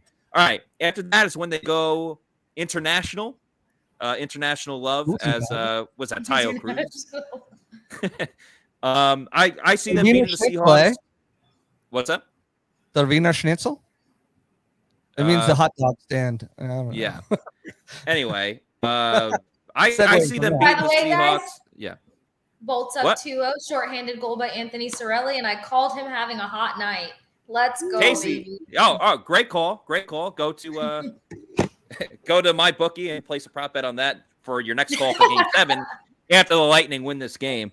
But yeah, I see the Bucs beating also the Seahawks in Germany. Yeah, I see the Seahawks losing to the Bucs in Germany. They don't have a quarterback. They're obviously, revamping the entire roster. I think this is going to be a nice trip overseas for the Bucs. Yeah. Oh yeah, I'm excited about that one, especially because the Seahawks.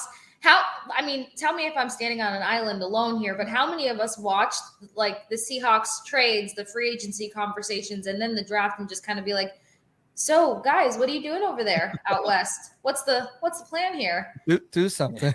What's the vibe over there? We're just trying to figure you guys out a little bit more, and we still have no freaking clue. And mind you guys, it's very hard for me to talk bad against the Seahawks, A, because my brother played for them for 10 seconds, and B, I'm a big Pete Carroll fan. But outside of that, what is going on over there? I think the Bucs go to Germany, have a lot of beer, come home with a W under their belt, go into a bye week to really just be like, heck yeah, we did that, and we went to Europe for a hot second, and then transition into the next best point of the season. That's going to be a nice little stepping stool. Yeah, I think that's a nice W there. It's one of the teams where they were actually awarded marketing purposes rights there back in December. So, a nice dub there for the Bucs is gonna, enamor that fan base and help them sell some merchandise. On a side note, I went to a Seahawks training camp. I don't know, 2 or 3 years ago. It was a lovely area, so definitely would like to get back over there. All right, next week they have a bye, and then after that they play the Cleveland Browns. Casey, I want to get your thoughts first about this game. Do the Bucs continue their winning streak? Oh yeah, the Browns are a dumpster fire. I like what if they think that Deshaun Watson's going to put on a cape and rescue that team? How many times have they put their entire hope into the quarterback situation and thought that it was going to change the city? No, he's not LeBron James. This is a whole different scenario. They need to relax over there. I think the Bucs take it. And I think that the Browns hopefully eventually learn a lofty lesson. Casey? Yep. I don't know. In the Pewter group that I did, one of you boys, if not all of you guys, asked me earlier today what my hopes for the Lightning game. And I was like, I meditate, prayer, sage, candle, all the things. I'm dedicated. Hey, everyone's got to be all in. It's the playoffs. You have to be all in. Do what you need to do for the team to help. JC, your thoughts on that game? Yeah, I think the Bucs. I mean, I think Deshaun Watson. They'll get in that gear. They've got a good quarterback now. Obviously, they've got some talented weapons around him. I think they're not done adding to the wide receiver position. Who that is, we'll see. They've got a competent head coach. They just didn't have a great quarterback, and Deshaun Watson, when healthy and when able to play the game, is a top 5 quarterback in the league. He's that good. He just makes things happen. So, I can see that being a challenging game. They'll probably bring back Clowney. They're going to have a good defense. They drafted a cornerback early, so they add to that room. And they also obviously have Myles Garrett is just an animal. So, it could be a tough matchup, but Bucs win. Yeah, we'll see with that one. I think the Bucs are going to win. It's going to be like a bit of a grimy type of game, though. Like they're coming off a bye, might not have all of their wits about them, but we don't know what's going to be up with Deshaun Watson if he's even going to be playing. Like he could be suspended. We don't know what's going on with that yet. And even if he does play, Cleveland loves to run the ball with Nick Chubb. I think Nick Chubb is great. I had him on my fantasy team the past couple of years, so he's done really well. But again, what does Tampa Bay do best on defense? They stop the run. So I don't think that'll be an issue for the Bucs. They win that game. Moving on to the next week, they play New Orleans, I believe, on Monday Night Football, home game. They seem to always play the Saints. When it's a home game for the Bucs, it seems to always be on national TV and seems to always go horribly for the Bucs. JC, we'll start with you on this one. Do the Bucs make it 2-0? Well, you had them winning in week 2, so do the Bucs for you go 2-0, beating the Saints? Well, as you so eloquently put it, it will go horribly again. I have the Saints beating the Bucs in this one. I didn't have them. I had them getting it off their back, so it wasn't something that would stay in the back of their mind. After defeat, going into that Green Bay pack, you go on a high. That's right. We beat them. We broke that 7 straight game regular season win streak against them. But then I have them coming back around Monday Night Football after I think a grimy match, like you said, against the Browns is going to be an L for them. And unfortunately, that will be their 3rd loss of the season if you're counting my losses. Okay, Huddy. I'm still struggling to bet against the Saints. You get them swept this year. They've gotten swept the last 2 years. It's not like the most exactly. shocking. They showed up to Raymond James Stadium this past season and did not they embarrassed the Bucs. They've got 2 field goals or 3 field goals. What was it? 9-0. Like they couldn't even get a field goal on the scoreboard in their own home territory. I was devastated. I don't know how to sit here and say that the Bucs are going to come on, it's New Orleans. There's just some kind of juju going on. I am hoping. I want to be wrong. Prove me wrong. That's all I'm asking for. But as for now, especially if it comes to betting, no. I agree. I agree with your sentiment of prove me wrong because I've said that about other games on this schedule earlier, including week 2 at New Orleans. But this is the last time I'm picking the Bucs to beat the Saints in Tampa. If the Bucs lose to the Saints in Tampa again this year, I am not picking them to beat the Saints for at least the next 4 years. All right, for at least the next 4 years. But I think everything I said about the Browns game, where it's going to be sloppy, grimy, they're not really going to have everything together. They're going to escape with the win against the Browns and then put it all together against the Saints because, again, they're going to learn from week 2. They're going to have the tape. I think Todd Bowles is going to have something dialed up for Jameis or whoever's going to be the quarterback at that point. And I think the Bucs offense, again, with all the talent that they have, I know they struggled in the past. I'm just going to chalk it up to shock and awe of Chris Godwin getting hurt in last year's game in Tampa. I think if the Bucs are fully healthy there on offense, they might not reach the 30-point threshold, but I think they'll score enough and not turn the ball over. That's been the key against the Saints. Whenever they turn the ball over, they lose. That playoff game, they were getting the turnovers, and that's why they won. I think they win the turnover battle, and they beat the Saints in Week 13, which then moves on to Week 14, heading out west to San Fran to play Buccaneer, Ring of Honor member, and Hall of Famer John Lynch, the GM of the 49ers. They go out there. Kay Huddy, I will start with you on this one. Do the Bucs beat the 49ers on the road? I think so. For some reason, there's just this wayward inconsistency with the 49ers. While they have strong players and they won great games this previous season, I think they're just kind of another team that there's puzzle pieces missing, and I think the Bucs, talent-wise, have an opportunity to exploit those missing factors on their team. So, like I said, for some reason, the Bucs just pull off these amazing performances against pretty decent teams, and I do put the 49ers in a category to be a pretty decent team. But if they lose, they really just do it to themselves. So I'll take them for a W versus the 49ers out west, JC? West Coast. West Coast, yeah nice. It's cross-country trip, so those things definitely play into it, and it's also going to be coming off a tough game against the Saints, technically on a short week because they're playing Monday night and then they're playing again on Sunday. So, I still think the Bucs get it done. At this point, we're talking week 13 right now, right? Week 14.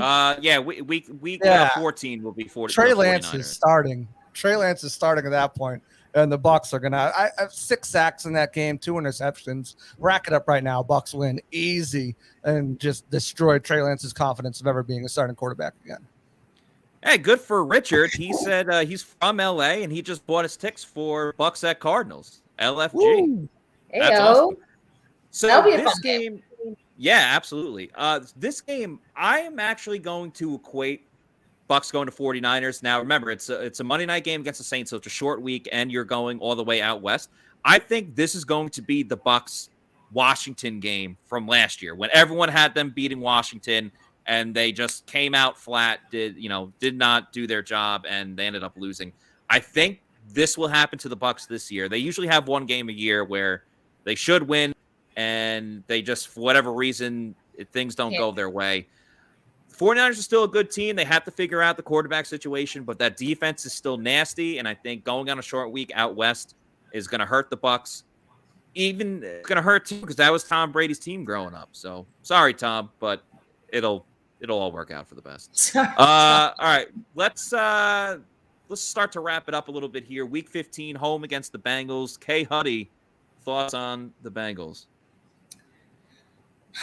If the Bucs don't win this one, I would just be very irritated, to be honest. So yes, I get they were in the Super Bowl. I am a Joe Burrow fan. I think that he's going to continue to progress in this league. But here's the thing. There's rosters out there where they have a couple key players, and then there's rosters like the Bucs where they have multiple significant players. If you cannot come together and pull off a victory versus a team like that, then you have reevaluating to do. So I think that they do that. I also think that they just kind of build some momentum throughout the season and have this hunger about them to redeem themselves from, tapping out of playoffs. I don't think that it was their time to fall out of the playoffs this previous season. I think it was just between injuries and drama and just so much adversity and outside factors playing into what they had going on. I think that Todd Bowles is going to switch some things up now, wearing the head coach hat versus the DC hat. I think he learned and swallowed some big pills this previous season. So I think the Bengals will actually be a pretty quality game to see a whole different Bucs team surge. I don't want to say resurge, but just surge. Yeah, I think the Bengals are prime suspects for one of those Super Bowl hangovers. I don't think 5-11 Super Bowl hangover, but I can easily see them 9-8, 9-7. I guess it would be 9-8. Yeah, I still like do the math as I still do the math as a 16-game schedule, and it's like you're literally just adding one number, but it's still like kind of confusing. So, right. Yeah, That's like 9-8, 9-7. maybe 10-7. Oh yeah, like 9-8. Yeah. I think this is a win. I think it's a win for the Bucs to wrap up. I have the Bucs bouncing back. I as much as I like the Bengals and everything, I do think they're not gonna do as well as they did the year before. So I see the Bucs taking this one. I know the Bengals improved their offensive line, but I don't know. I still think the Bucs will be able to take advantage of it a little bit. All right, moving on. Bucs Week 16 go out west again on Christmas, playing the Cardinals. JC, I guess we'll start with you on this one. Yeah, this is an interesting game. It's a Christmas game. It's prime time. You just faced a tough opponent, probably in the Bengals. But I think the Bucs come out of here and Brady gives you something, in your stocking, a little extra Christmas gift, and they get it done. But I think it could be a good game. I mean, DeAndre Hopkins is going to be back, but the question there is Kyler Murray. How is he going to progress? How is he going to take control of that locker room? They have some pieces on the defense. They have some pieces in the offense, but is it fully put together? I'm not sure yet. Rondale Moore's progression is going to be a big part of that offense too, especially with Hopkins out for a while. So it's going to be interesting to see how it all plays out. But I got the Bucs pulling it off, a Christmas gift for you guys, and a win right there. I couldn't say it any better than JC just did. Another one of those teams that they have pieces, but we don't know what the whole puzzle is going to look like and if they're going to be as effective. And I actually like the Cardinals. So I say that the Bucs collected a Christmas gift to their fans with a W and bring that back home. I think we're going to be a little bit upset on Christmas. I have the Cardinals winning this one.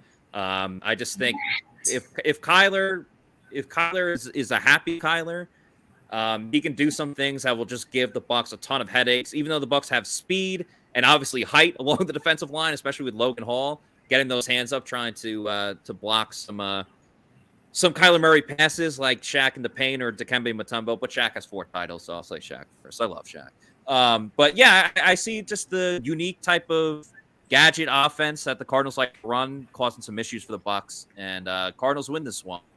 Unfortunately, for the Bucs, it has to be on Christmas. But again, they'll get that gift in January and February when they go to the Super Bowl. All right, last 2 games on the schedule are the Panthers and the Falcons. I see the Bucs winning both of them because they have Tom Brady and they have a stacked team, and both teams have quarterback issues. The Panthers and the Falcons, they have quarterback issues and just aren't as talented as the Bucs. So I see the Bucs taking care of business in those last 2 games. Casey?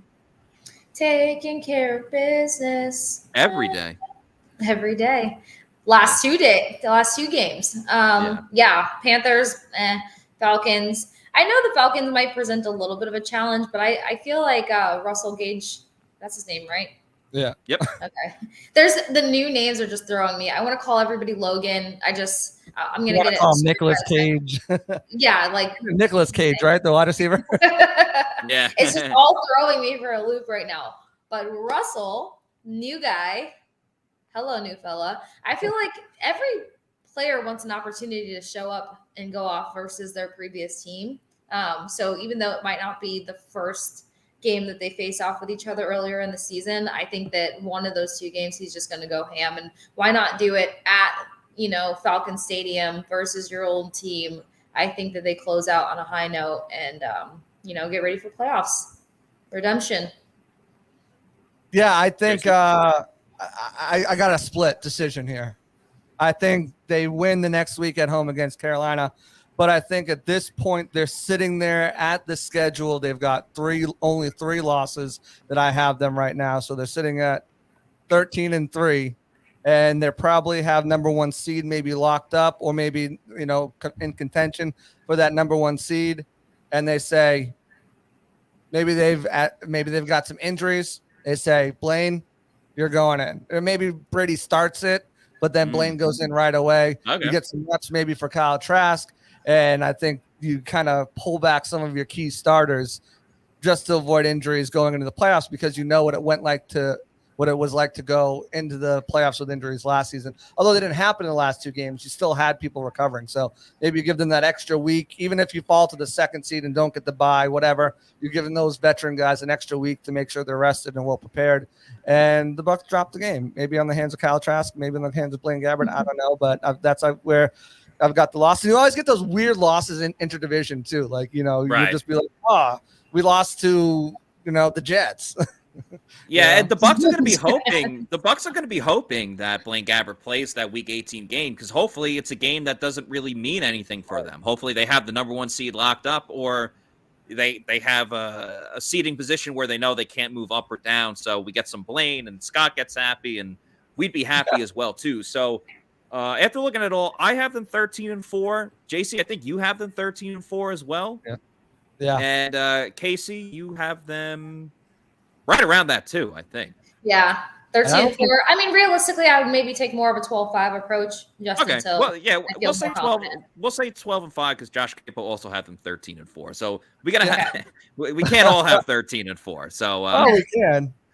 13-4 for me, 13-4 for JC, and 12-5 for Casey. So and I don't think any of us had the same losses. Like all 3 of us agreed on. No, yeah, we definitely had different losses. So yeah. That's differences of opinion, I think, is good at times. And that's can't 13-3. I was just like doing the math of what they would be going into week 18. Right. Yeah. Still up 13-4, Candace. Yeah. Just anyways, a reminder for everyone here as we wrap up this show right now. Please make sure that you're subscribing to Pewter Report TV. Hit the like button because it helps out with the algorithm. And I really appreciate everyone that's stuck with us. We're going on an hour and 40 minutes. So thank you to Casey and JC for coming on the show as well and staying as long as you have, especially with the Lightning playing in a extremely crucial playoff game right 2-2 right now. Eek. Yeah, they let the Leafs freaking tie it up again. Oh, damn. Yeah. All right. We'll make sure we get off so everyone. We'll make sure so everyone can go and watch the rest of the game. Just a reminder again, tomorrow, 7:30, we'll be back for the Pewter Report podcast, analyzing, breaking down everything that we saw from day 1 of Bucs rookie minicamp that goes on tomorrow. So Friday, 7:30, prime time again. We'll be back here. So for Casey Hudson, for JC Allen, I'm Matt Matera saying thank you everybody for watching, and we will catch you tomorrow night at 7:30 for a primetime edition of the Pewter Report podcast. Out!